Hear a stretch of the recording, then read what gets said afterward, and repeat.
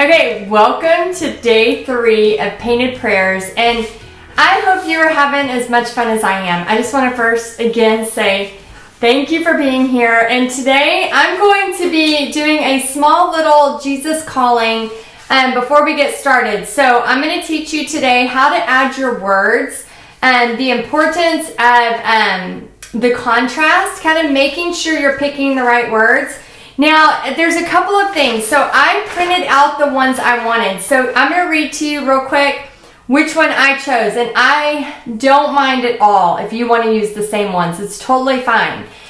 So mine is the song by Passion, and it's the God You're So Good song. So if you have never heard this song, oh my gosh, I can listen to this song over and over, and I would sing it to you, but then you probably won't complete the challenge. And I really want you to stay around so I can see what your end result looks like. But I'm just gonna read you the words to it because, oh my goodness, if I'm ever needing lifted up, listen to this song, belt it out, scream it to the top of your lungs.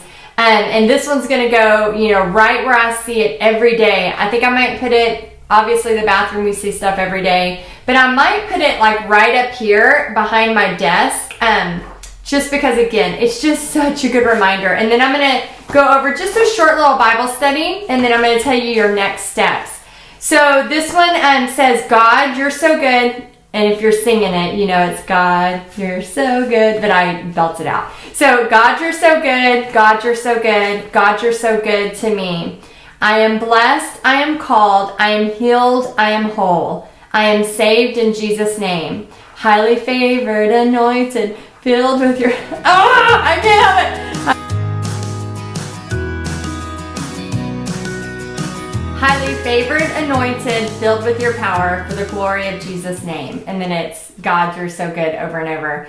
And so that song, I can just sing and sing and sing because it just lifts my spirits. It just makes me so happy. And also remember we talked about it the very first day. We talked about how words are so powerful and how, what we're choosing to put on this. Again, this isn't your only painted prayer. Once you do it once, you can make a zillion of them. And you could teach it at a paint party if you want. I do tons of paint parties with painted prayers. But the thing about that I love is we are, especially if you choose this song, I am blessed, I am called, I am healed, I am whole. Like we are saying those words over and over to ourselves in Jesus' name. And I just love that. Anybody that's gone through health troubles, I've gone through my own crazy health troubles and, still have some to this day. And so as all of us do. And so to say like, I am healed in Jesus' name over and over again, like, I don't know, it just gives me such comfort. Okay, so you see I have changed clothes and actually I'm recording this on a separate day because when I went to put it all together, my words didn't match my mouth moving, and that drives me nuts. So I don't know about y'all, but I was like, okay, I'll just record it another day. So I wanted to add this in there because I wanted to go over what I was talking about before, but again, the words didn't match what I was saying. So it says no grumbling, please. And I wanted this one because I think it goes so well with how words have power. And I'm going to read it to you. And it says, do not grumble. That's 1 Corinthians 10:10. Grumbling and complaining, I'm reading out of Jesus Calling, the kids version. Grumbling and complaining are not what I want from you. When you grumble, you are telling me that you don't like the way things are going in your life, that you hate my way of doing things. And when you complain, you are showing an ungrateful heart. Thankfulness is your protection against the sins of grumbling and complaining. Being thankful also keeps you close to me. So when you have too much homework or too much work, maybe for us, or when I've said not now to one of your prayers, don't grumble or mumble under your breath.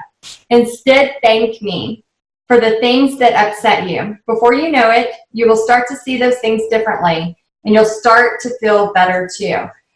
So I think that is so important. We're actually going to do a little exercise in one of the other challenge days. So that's to come. But I just know, guys, words are so, so powerful.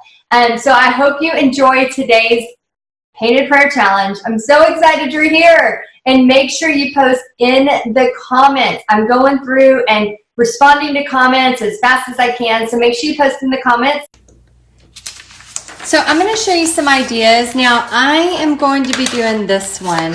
I am blessed, I am called, I am healed, I am whole, I am saved in Jesus' name. Now remember, you can do anything you want. So I put an attachment to this video. If you look in the description, you will see this that you can download. These are just some ideas, okay? Again, you can do anything you want. And if you don't have a vinyl cutter, a little trick is to just get some black carbon paper. You can get it from Staples, from Michael's, Walmart, anywhere. And then what you do is you just take a piece of it. And this is so awesome because then you can do as many as you want. So you take a piece of it and then you print out the size that you want. So you could take one of these if you want. Like I love this one. Sometimes I just look up, smile, and say, I know that was you. I know that was you, God. Thanks. I love that. So you could print it really big if you wanted. You know, maybe you're doing prints in these, but you could do a couple of pages. Then all you have to do is take your background, put this down, put this right here, take a pencil and trace over it. And it's going to push the color under it. So I'm just going to show you, I mean, it doesn't have to be a pencil. It could be the end of this.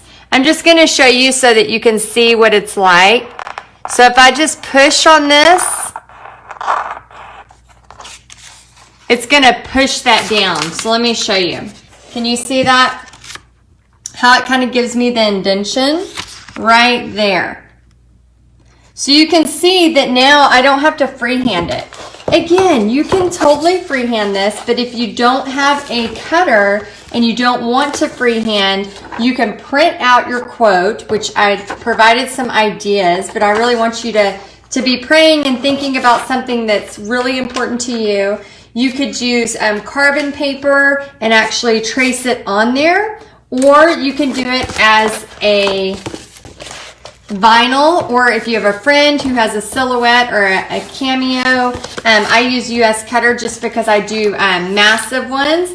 And then once you have that done, then our next step on day 4 is going to be painting our quote onto our canvas or a piece of wood, whatever it may be, okay? So again, your job today is to figure out, you should already have this figured out, what you want, and then your job is to figure out how you're going to get it on there. So are you going to be using a black carbon paper? Are you going to be seeing if you have a friend that has a cameo or a silhouette or a US Cutter? Or are you going to freehand it? Or, you know, you can look at it and just kind of practice your words there too. So any way you want to do it, that is your homework, okay? So this is the end of day 3 for the Painted Prayers Challenge. When I see y'all tomorrow, we will be doing the actual painting of the words for day 4. So I would love to know if you have a vinyl cutter, or if you're freehanding it, or if you're doing a carbon copy. So let me know. Either 1, you have a vinyl cutter, 2, you're freehanding, or 3, you are using black carbon copy. Okay, so put that in the description or in the comments, and then I will see you tomorrow for day 4. All right, talk to y'all soon. Bye.